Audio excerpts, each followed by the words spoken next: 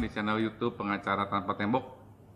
Kalau pada video sebelumnya kami membahas bagaimana caranya mengajukan gugatan, nah, pada video kali ini kami akan bahas bagaimana caranya untuk menanggapi sebuah gugatan di pengadilan, saudara. Seperti apa pembahasannya, simak uraiannya berikut ini. Jangan di skip-skip saudara video ini supaya kalian juga bertambah wawasannya, supaya kalian tidak gagal paham saudara.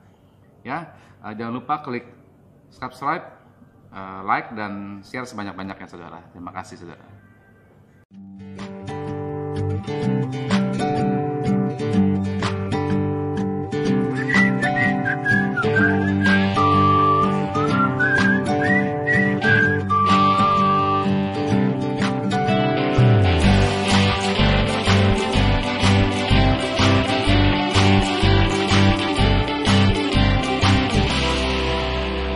Bagaimana untuk menanggapi sebuah gugatan yang diajukan kepada saudara?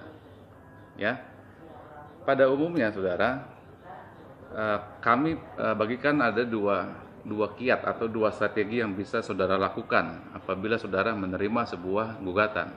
Yang pertama adalah dengan cara mengajukan eksepsi. Oke. Lalu poin yang kedua adalah dengan mengajukan bukti-bukti yang kuat. Oke, nah kita bahas ya yang pertama. Apa itu eksepsi? Eksepsi itu adalah sebuah bantahan atau tangkisan terhadap gugatan. Karena pada umumnya biasanya saudara tidak ada gugatan yang sempurna. Semua gugatan yang diajukan itu pasti mempunyai celah. Ya. Nah, dari celah-celah itu kita mengajukan suatu bantahan. Artinya kita sampaikan ke hakim bahwa gugatan yang dibuat oleh si penggugat itu cacat secara formil. Karena syaratnya saudara untuk mengajukan sebuah gugatan itu harus memenuhi syarat formil dan syarat material. Ya, kalau syarat formilnya ini tidak dipenuhi, gugatan dapat dinyatakan tidak dapat diterima oleh hakim. Ya, sedangkan kalau syarat materialnya tidak terpenuhi, gugatan akan ditolak, saudara. Nah, apa saja yang bisa kita ajukan di dalam eksepsi? Ya, yang pertama, saudara perlu melihat apakah pencantuman nama saudara, identitas saudara sudah tepat.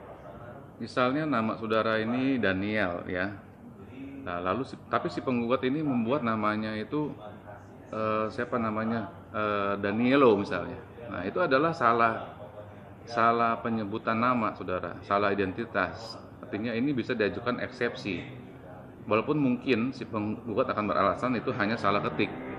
Tetapi menurut hukum saudara, karena kita di hadapan hukum saudara, nggak boleh salah ketik itu. Artinya si penggugat harus sudah pasti betul siapa yang digugat. Ya. Alamatnya di mana, ya kan? Lalu apa yang digugat itu harus jelas saudara. Jadi kalau saudara menerima gugatan sedangkan nama saudara salah ditulis, saudara bisa mengajukan eksepsi. Oke, nama eksepsinya adalah keliru mengenai orangnya saudara, atau error in persona. Ya. Oke, lalu strategi yang berikutnya adalah mengajukan bukti-bukti yang kuat. Saudara. Kita semua sudah pasti paham ya saudara ya. Kalau saudara digugat, itu besar kemungkinannya memang menurut si penggugat itu diduga betul-betul terjadi peristiwa yang dia sampaikan di dalam gugatannya, saudara. Artinya saudara sebagai orang yang digugat sudah pasti memang saudara ini terlibat di dalam peristiwa tersebut. Oke, tetapi perlu kita ingat,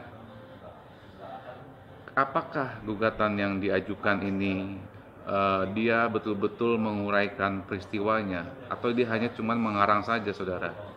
Kalau menurut saudara gugatan yang dibuat ini hanyalah karangan dari si penggugat, saudara bisa membantahnya dengan mengajukan bukti-bukti untuk menyangkal daripada argumentasinya si penggugat. Ya, supaya apa? Supaya gugatan tersebut ditolak oleh hakim.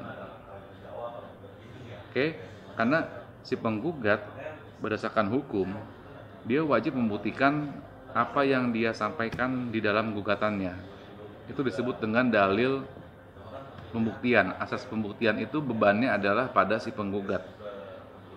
Karena menurut pasal 1865 KUH Perdata, saudara, setiap orang yang mendalilkan sesuatu, dia wajib untuk membuktikan dalilnya itu, saudara, argumentasinya itu. Oke. Nah, tetapi kita sebagai orang yang digugat, kita juga punya hak, saudara, untuk membantah kebenaran daripada gugatan. Oke. Nah, hasilnya adalah kalau saya balik lagi ya ke eksepsi ya. Kalau eksepsi saudara itu diterima oleh hakim, dikabulkan oleh hakim, maka gugatan akan dinyatakan tidak dapat diterima. Ya. Atas hal tersebut, si penggugat mempunyai dua opsi, yaitu pertama, dia bisa mengajukan lagi gugatan yang baru dengan memperbaikinya, atau dia mengajukan upaya hukum, yaitu banding. Oke. Lalu yang kedua adalah kalau misalnya si penggugat tidak bisa membuktikan kebenaran daripada gugatannya, maka gugatan akan ditolak oleh hakim. Konsekuensinya apa? Konsekuensinya si penggugat hanya mempunyai upaya hukum satu, saudara, yaitu mengajukan banding. Dia tidak bisa mengajukan kembali gugatan tersebut karena gugatan tersebut telah diperiksa pokok perkaranya.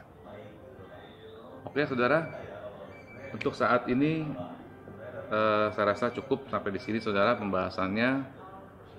Jangan lupa terus berlangganan channel kami, saudara, supaya kalian terupdate dengan ilmu-ilmu hukum, dengan pengetahuan-pengetahuan hukum yang lainnya, saudara. Oke, sampai jumpa, saudara. Terima kasih telah menonton. Ya, demikian yang bisa kami sampaikan kali ini, saudara.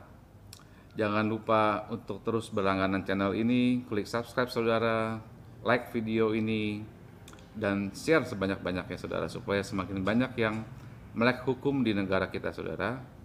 Ya, terima kasih sudah menonton. Saya Daniel Danu Prayogo undur diri dan sampai jumpa.